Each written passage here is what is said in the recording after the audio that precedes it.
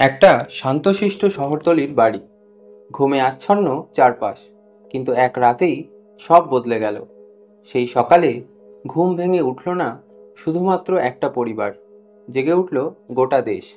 এক কিশোরী যে সবে কৈশোর পেরোচ্ছে, পাওয়া গেল মৃত অবস্থায় নিজের ঘরে। আর কিছু ঘন্টা পরেই বাড়িরই এক কর্মচারীর নিথর দেহ উদ্ধার হলো ছাদে। তৎক্ষণাৎ সন্দেহের নজর ঘুরে গেল পরিবারের দিকেই।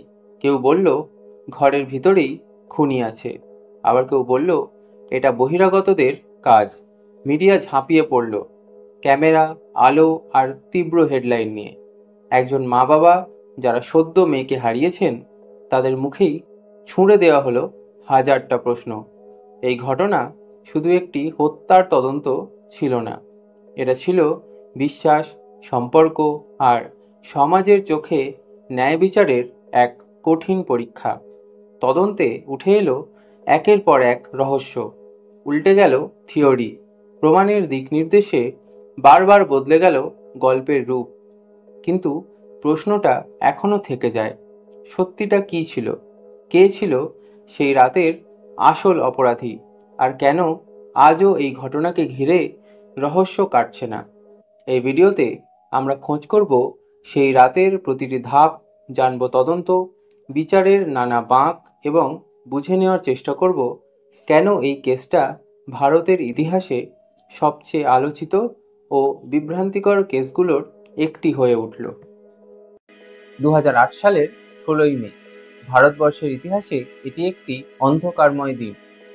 নয়ডার জলবায়ু বিহার অ্যাপার্টমেন্টের L32 নম্বর ফ্ল্যাট, এবং এই ফ্ল্যাটেই থাকতেন এক ডেন্টিস্ট দম্পতি, ডক্টর রাজেশ তলওয়ার এবং ডক্টর নুপুর তলওয়ার, এবং তাদের সাথে থাকতেন তাদের 13 বছর বয়সী একমাত্র কন্যা আরুষি তলওয়ার। এই দিন ভোরবেলা আরুষি তলওয়ারকে তার বেডরুমে গলা কাটা অবস্থায় পাওয়া যায়। প্রথমে সন্দেহ করা হয় যে বাড়ির পরিচারক হেমরাজ বাঞ্জাদে এই খুন করে পালিয়ে গেছে, কিন্তু মাত্র 24 ঘন্টার মধ্যেই এই অ্যাপার্টমেন্টের ছাদে যে দেহ পাওয়া যায় সেটি সমস্ত তদন্তের মোড় ঘুরিয়ে দিয়েছিল। এই ঘটনার ঠিক পরের দিন, অর্থাৎ 17ই মে, এদিন এই জলবায়ু বিহার অ্যাপার্টমেন্টের ছাদ থেকে উদ্ধার হয় 45 বছর বয়সী পরিচারক হেমরাজ বাঞ্জাদের মৃতদেহ। তার গলায়ও কোনো ধারালো কিছু দিয়ে কাটা ছিল, তার মাথায় ছিল গভীর ক্ষতচিহ্ন। একই পরিবারের দুইজনের একই রকমভাবে খুন। এই ঘটনা গোটা দেশকে নাড়িয়ে দিয়েছিল। এই ঘটনা শুধুমাত্র একটি খুনের মামলা নয়, এই ঘটনা তুলে ধরে যে ভারতীয় বিচার ব্যবস্থা এবং পুলিশি তদন্তের ত্রুটিগুলিকে। এই ঘটনার প্রতিটি মোড়ে ছিল নতুন নতুন নাটক, যা রহস্যকে আরো ঘনীভূত করে তুলেছিল। আরুষি এবং হেমরাজের মৃত্যুর পর উত্তরপ্রদেশ পুলিশ তদন্তে নামে, কিন্তু এই তদন্ত ছিল অত্যন্ত ত্রুটিপূর্ণ। এই তদন্তের প্রথম ত্রুটি হলো ক্রাইম সিন ম্যানেজমেন্টের অভাব। পুলিশ ক্রাইম সিন ঠিকঠাকভাবে সিল করেনি, যার ফলে সাধারণ মানুষ, মিডিয়া সবাই সেই ক্রাইম সিনে ক্রমাগত ঢুকতে থাকে, যার ফলে বেশ কিছু ফরেনসিক নমুনা নষ্ট হয়ে যায়। পুলিশ ঠিকঠাকভাবে ফিঙ্গারপ্রিন্ট নেওয়ার কাজটি করেনি, যার ফলে যা ফিঙ্গারপ্রিন্ট নেওয়া হয়েছিল তা পরবর্তীকালে আর ব্যবহারযোগ্য ছিল না।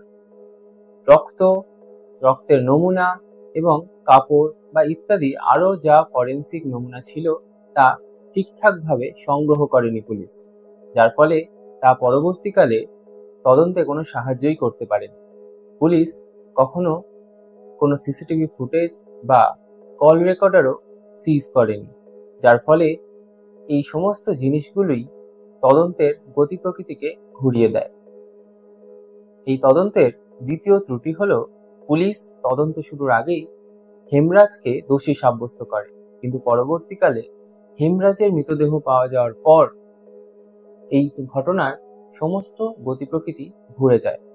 সন্দেহের তীর সোজা গিয়ে আরুষি তলওয়ারের বাবা মায়ের দিকে পড়ে, অর্থাৎ রাজেশ তলওয়ার এবং নুপুর তলওয়ারের দিকে। পুলিশ এই সময় কোনো তথ্য প্রমাণ ছাড়াই একটি যুক্তি খাড়া করে।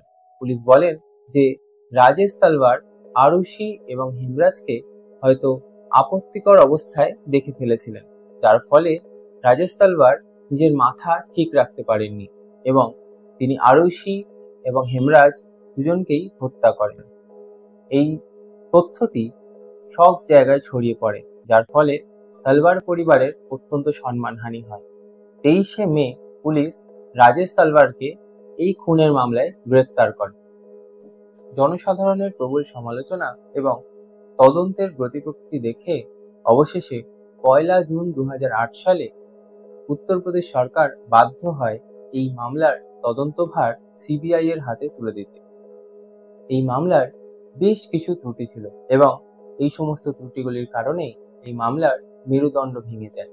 যে কোনো মামলার তদন্তের ক্ষেত্রে সেই মামলার ক্রাইম সিন সংরক্ষণ করা অত্যন্ত জরুরি, কিন্তু এক্ষেত্রে এই মামলার ক্রাইম সিন যথাযথভাবে সংরক্ষণ করা হয়নি। এই মামলার তদন্তভার সিবিআই এর হাতে যাওয়ার পর তদন্ত নতুন মোড় নেয়। দুটি ভিন্ন সিবিআই দল ভিন্ন ভিন্ন সিদ্ধান্তে আসে। প্রথম সিবিআই দল তালওয়ার দম্পতিকে নির্দোষ ঘোষণা করে এবং তাদের সন্দেহের তীর গিয়ে পৌঁছয় বাড়ির অন্যান্য পরিচারকদের দিকে, যাদের মধ্যে ছিলেন রাজেশ তালওয়ারের সহকারী কৃষ্ণা থারাই এবং অন্যান্য দুই পরিচারক রাজকুমার এবং বিজয় মণ্ডল। সিবিআই এই তিনজনকে নার্কো অ্যানালিসিস টেস্ট করেন, যা ভারতবর্ষে একটি অত্যন্ত বিতর্কিত টেস্ট, এবং সিবিআই এই নার্কো অ্যানালিসিস টেস্টের মাধ্যমে দাবি করেন যে এই তিনজনই এই হত্যা মামলার সাথে যুক্ত। সিবিআই এর মতে হেমরাজ খুন হন কৃষ্ণার হাতে এবং বিজয় মণ্ডল খুন করেন আরুষি তালওয়ার। এই নার্কো টেস্টের ফলাফল আদালতে সম্পূর্ণরূপে গ্রহণযোগ্য নয়, যার ফলে পরবর্তীতে প্রমাণের অভাবে এই তিনজনকে ছেড়ে দেওয়া হয়।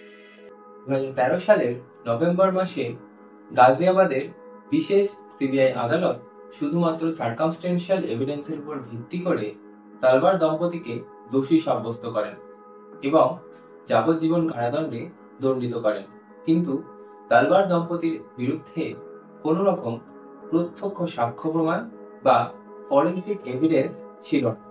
আদালত এই যুক্তি খাড়া করেন যে সর্বশেষ আরুষি এবং হেমরাজের সাথে ওই ফ্ল্যাটের ভেতরে তালওয়ার দম্পতি ছিলেন এবং ফ্ল্যাট সম্পূর্ণরূপে ভিতর থেকে বন্ধ করা ছিল, যার ফলে বাইরে থেকে কারোর পক্ষে ভিতরে প্রবেশ করা প্রায় অসম্ভব ছিল। এবং সেই রাতে আরুষির ইন্টারনেট রাউটারটিও বন্ধ করে দেওয়া হয়, যার ফলে এও বোঝা যায় যে সেই রাতে কেউ না কেউ সক্রিয় অবস্থায় সেখানে ছিল। হেমরাজের মোবাইল ফোনটি ওই ফ্ল্যাটেই ছিল, যা কখনো উদ্ধার করা হয়নি। সিবিআই এর বিশেষ আদালত তালওয়ার দম্পতিকে সন্দেহের চোখে দেখতে শুরু করেন। এই ক্ষেত্রে এটি অনার কিলিং এর তত্ত্ব উঠে আসে আদালতের সামনে। পরবর্তীকালে তালওয়ার দম্পতি নিম্ন আদালতের এই রায়কে চ্যালেঞ্জ করে এলাহাবাদ হাইকোর্টে একটি অ্যাপিল ফাইল করেন। দীর্ঘ শুনানির পর 2017 সালের 12 অক্টোবর এলাহাবাদ হাইকোর্ট তালওয়ার দম্পতিকে বেকসুর খালাস হিসেবে ঘোষণা করেন। এলাহাবাদ হাইকোর্ট এও বলেন যে নিম্ন আদালতের রায় ত্রুটিপূর্ণ। এলাহাবাদ হাইকোর্ট এর সাথে আরো একটি কথা বলেন যে সিবিআই প্রসিকিউশন তালওয়ার দম্পতির বিরুদ্ধে যথাযথ প্রমাণ দিতে ব্যর্থ হয়েছে। এলাহাবাদ হাইকোর্টের এই রায় ভারতীয় বিচার ব্যবস্থায় এক মাইল ফলক হিসেবে উঠে আসে। এই রায়ের ফলে এটি প্রমাণিত হয় যে শুধুমাত্র সার্কামস্টেন্সিয়াল এভিডেন্সের উপর ভিত্তি করে একটি মানুষকে কখনোই দোষী সাব্যস্ত করা যায় না। এই ঘটনাটি আজও এত রহস্যময় এবং বিতর্কিত হওয়ার মূল কারণগুলি হলো এই ঘটনায় ডিএনএ নমুনাগুলি যথাযথভাবে সংগ্রহ করা হয়নি, যা কোনো সিদ্ধান্তে পৌঁছায় না। ফ্ল্যাটের ভেতরে পাওয়া রক্ত, বিশেষ করে একটি হুইস্কির বোতলে পাওয়া রক্ত কারোর সাথে ম্যাচ করানো যায়নি। এই ফ্ল্যাটের ভিতরেই হেমরাজের মোবাইল ফোনটি ছিল, যা কখনোই উদ্ধার করা হয়নি, যা এই মামলায় একটি গুরুত্বপূর্ণ ক্লু হতে পারত। যদি তালোয়ার দম্পতি খুনি না হয়ে থাকেন, তাহলে কে? যদিও ফ্ল্যাট সম্পূর্ণরূপে ভিতর থেকে বন্ধ ছিল, তাও বাইরে থেকে কোনো তৃতীয় ব্যক্তি ওই রাতে ফ্ল্যাটের ভিতরে প্রবেশ করেছিলেন কিনা তার কোনো যথাযথ তথ্য প্রমাণ পাওয়া যায়নি। আমরা আজকের ভিডিওর প্রায় শেষ পর্যায়ে চলে এসেছি। আরুষি হেমরাজ মামলা একটি অমীমাংসিত অধ্যায়, যা আমাদের মনে অনেক প্রশ্ন রেখে যায়। একজন কিশোরী এবং একজন পরিচারক তাদের নিজেদের বাড়িতে খুন হলেন, অথচ খুনিরা আজও ধরাছোঁয়ার বাইরে। আমাদের বিচার ব্যবস্থা কি সত্যি ন্যায় প্রতিষ্ঠা করতে পেরেছে এই ক্ষেত্রে? প্রাথমিক তদন্তের ভুলগুলো কি এই মামলার জট পাকাতে প্রধান ভূমিকা পালন করেছে? এই প্রশ্নগুলো আজও প্রাসঙ্গিক। আমাদের এই ভিডিওটি যদি আপনাদের ভালো লেগে থাকে, তাহলে অবশ্যই একটি লাইক দেবেন এবং কমেন্টে অবশ্যই জানাবেন যে ভিডিওটি আপনাদের কেমন লাগলো, এবং সবার সাথে ভিডিওটি শেয়ার করে নেবেন। আবার আমরা পরের দিন চলে আসব নতুন একটি এরকমই ভিডিও নিয়ে। নমস্কার।